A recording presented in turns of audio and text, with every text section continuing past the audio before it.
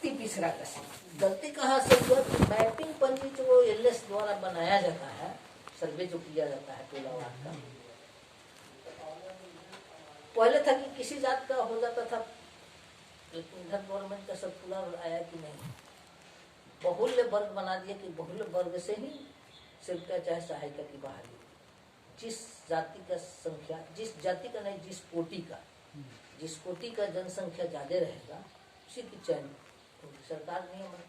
उसके अनुसार से जब हुआ है तब पिटीशन नहीं दिए, चाहे दिलवाए हम नहीं दिलवाए, मैंने अजय दे दिया, कोई दिया आपके दिलवाए, तो कहता है कि आप ही ना, क्या बोलेगा सही। अब क्या है सकता, जी हम नहीं दिए थे। जहाँ कोई डर नहीं है, परिवार के सदस्य हैं, परिवार के सदस्य। चाचा जी जानते नहीं, हम कभी आए थे उस समय नहीं आए थे विदेश में कहीं नहीं है। देखिए सच्चाई बात कहिएगा, कभी आपका ऊपर वाला कल्याण करेगा, ऐसीएगा तो कहीं कल्याण नहीं।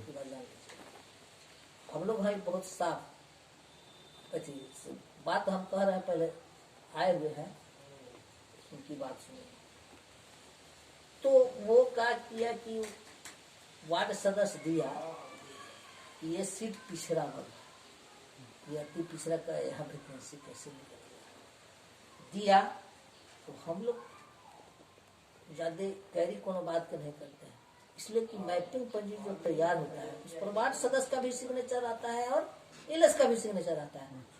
तो बेहुदा जब तुम्हारा जब अति पिछड़ा का सीट जब डिक्लेयर हो गया तो उस समय तुम दस्तखत कह दिया उस पर।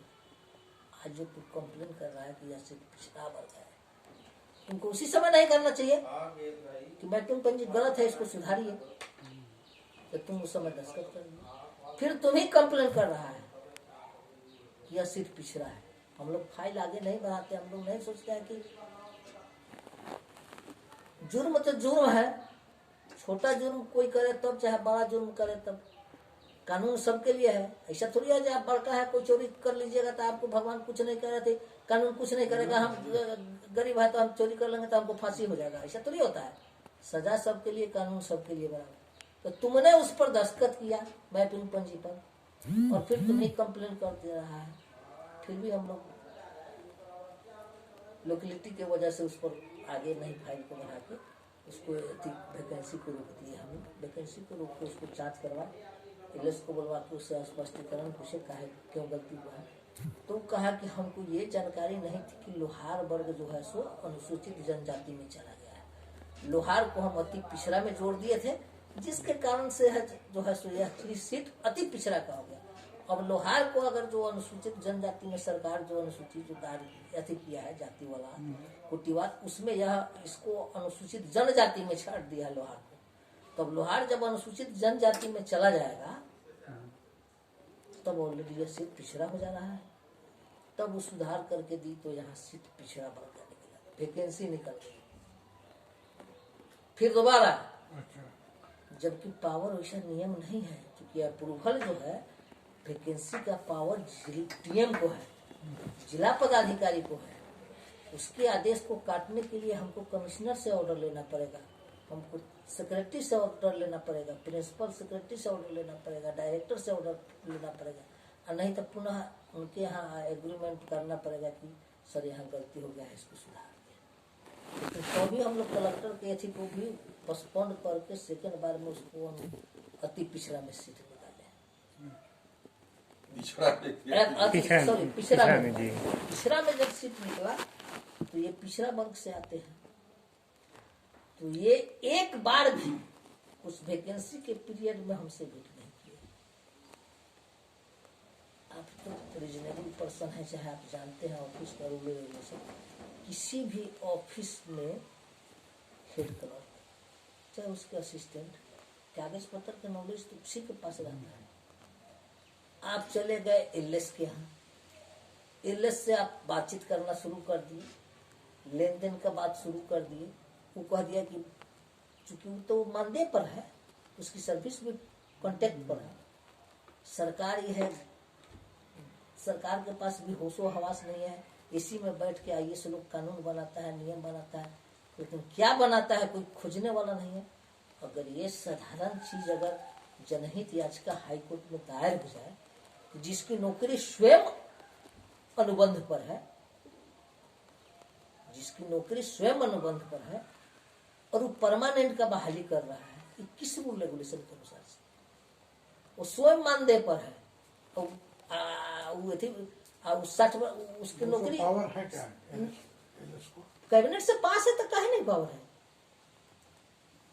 जब कैबिनेट से पास हो तो वैसा कानून बन गया है, जब कोई गजट निकल गया जो पास हो गया तो उसको तो मानना है ना।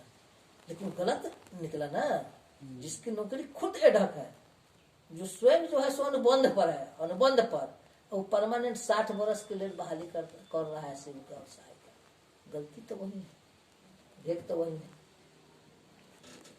तो उनको कह दिया कि बहाली करने का पावर हमको है, बड़ा बाबू को तो है नहीं। इसलिए जो भी बात करना है आप हमसे कीजिए। ये बात उससे करना शुरू कर दिए। तो हम यहाँ बैठे हुए हैं, कोई भी आए डायरेक्ट घुस जाए LS के यहाँ, डायरेक्ट हमसे कोई बात नहीं करे तो स्वाभाविक है। हम हेड क्लर्क के यहाँ बैठे हुए थे, ऑफिस हेड क्लर्क का जिम्मा है, पदाधिकारी का भी जिम्मा नहीं है। कैसे ऑफिस चलेगा, नीचे से लेकर ऊपर तक का उसको देखने का काम है। कोई आदमी अनऑथराइज घुस रहा है, तो कौन आदमी है, क्या बात है, किससे यति कर रहा है, हम चुपचाप रहे। उस समय तो इनकी बहाली हो जाती, क्योंकि ये पिछड़ी जाति के अथी भी बनवा लिए थे, जातीय प्रमाण पत्र सब बनवा लिए थे। तो मेरे पास सरकारी रूल रेगुलेशन का जो बिहार गजट जो निकलता है, उसमें बिहार गजट में है कि किसी भी लड़का या लड़की की जाति की गणना उसके पिता की गणना से होगी। किसी भी जाति की गणना उसके पिता की जाति से होगी। अगर कोई चमार आदमी ब्राह्मण से शादी कर लेता है, उससे जो उत्पन्न बाल बचा है वो ब्राह्मण कहलाएगा, वो चमार नहीं कहलाएगा। अगर कोई चमार व्यक्ति ब्राह्मण से शादी कर लेता है और उस चमार से उत्पन्न बाल बच्चा जो है चमार कहेगा, न कि ब्राह्मण कहेगा। ये सरकार का गजट है बिहार, ये राष्ट्रपति राज्यपाल का गजट है बिहार गजट पे। तो चूंकि जाते थे भेंट करते थे तो हमको लगा खड़ा, इनका हम कुल्लू खोजने लगे कि ये आदमी कौन है भाई जाता है। तो हमको मालूम हुआ कि ये आदमी आता है बहाली उगाने के लिए, और मालूम हुआ यो कि नंबर 1 पर ही है। तो इनका आवेदन हम पूरा निकाले, आवेदन देखे कि जरा सा भी इस आवेदन में हमको कहीं सब कोई कुल्लू मिले जो इसको हम कैंसिल कर दें, इनका होने नहीं, स्पष्ट बात कर रहे हैं हमसे। तो हमने जब इनका सब टोटल आवेदन को जब लाइन में लाइन जब पढ़ने लगे, कहाँ अंशवार छूटा है, कहाँ एकले छूटा है, कहाँ, चूँकि हम किरानी ना, हम रिटायरमेंट के पीछे 9 साल नौकरी, हम प्रैक्टिकली लोग ना है, फ्री वाले नहीं ना, जब भी बहाली हुआ है निकल गए, उसमें भी जात के हम न लाजिए। इनके देखे तो इनके पत्नी के आवेदन में जो सर्टिफिकेट लगा था इनका, उसमें सहनी था पिता का नाम। हम कहे कि यह सीट तो पिछड़ा पड़ता है और पत्नी सहनी है, इनके पिता अभ्यर्थी के पिता सहनी है, तो अति पिछड़ा आया। इनके आवेदन को हम इनको कैंसिल कर दिए थे, धरा गई। जब भी धरा गए तो पहले तो कोशिश किए कि हमारा जाति सर्टिफिकेट लगा हुआ है, इनको बाहर बिहार गजट का जब सब रूल रेगुलेशन बताया तो है कि जाके सीओ के यहाँ पूछिए, जहाँ पता लगाना है बताइए कि गणना किससे होता है। तो जब भी पकड़ाया तो अभी पैरवी किए कि ना ये सीट अति पिछड़ा है। अब देखिए अति पिछड़ा निकलता है, वार्ड सदस्य से पिटीशन दिलवा के पिछड़ा करवाते हैं। पिछड़ा जब हो जाता है तो जो देख रहे हैं कि जब मेरा अब चयन नहीं होगा, किसी दूसरे का होगा, तो कह रहे हैं कि नहीं, यह सीट अति पिछड़ा नहीं है, यह सीट पिछड़ा है,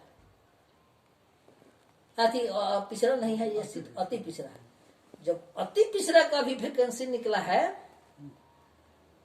जब अति पिछड़ा का वैकेंसी निकला है, फिर जांच के लिए अथी LS से मिलके जांच करवा दिए। वहां जो टोटल अथी है, नियम नहीं है, वैकेंसी निकल गया था, लेकिन फिर भी ये कहे कि सर हमारा होना चाहिए। हम कहे ठीक है, इसको जांच करवा लेते हैं। तो सीट बोलो अति पिछड़ा, कहे ठीक है, अति पिछड़ा है तो अति उत्तम है, तब तो आपका हो जाएगा।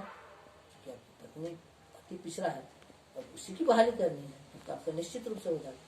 तो हम अति पिछड़ा का यहाँ वैकेंसी, फिर इनके कहने पर जब अति पिछड़ा का सीट निकल गया तो फिर पिछड़ा वाला विरोध करना शुरू कर दिया। उसमें दुबे जी लोग पैरवी कर दिए SDO साहब के यहाँ। जी हाँ वही लोग, वो परिवार करीब लोग का भी ऐसी है। हाँ तो वो जाके कथी कर दिए, तुरंत फोन आया, SDO साहब फोन किए, मैडम को पहले फोन किए, उसके बाद मैडम हमको फोन की, उसके बाद फिर SDO साहब हमको फोन किए, फिर वार्ड नंबर। तो जब हम ले गए तो उसमें LS करके दी हुई थी। अच्छा अब देखिए फिर क्या हुआ, जब अति पिछड़ा का वैकेंसी निकला उस समय हम कहे थे कि नहीं, तो ऑब्जेक्शन जब आया तो हम कहे कि इसको फिर जांच करवा लेते हैं फैक्ट क्या है, अब उसके बाद तभी फिर निकलेगा, क्योंकि मैटर अब हाईलाइटेड ही मैटर हो गया। एक बार निकला, 2 बार निकला तो कोई भी चीज हाईलाइटेड मैटर हो गया। हाईलाइटेड हो गया तो हम कहे कि इसकी वैकेंसी अभी रुकी, बहाली करेंगे तब ना हम दोषी है। बहाली हम नहीं करेंगे तो हम दोषी कहाँ से होंगे? जब तक बहाली नहीं हुई है तब तक नौकरी बचा हुआ है। अब बहाली हो जाएगी, उसमें अगर फर्क पकड़ा जाएगा तो चल जाइएगा, कोई नहीं बचाएगा, डिसमिस नहीं होगा।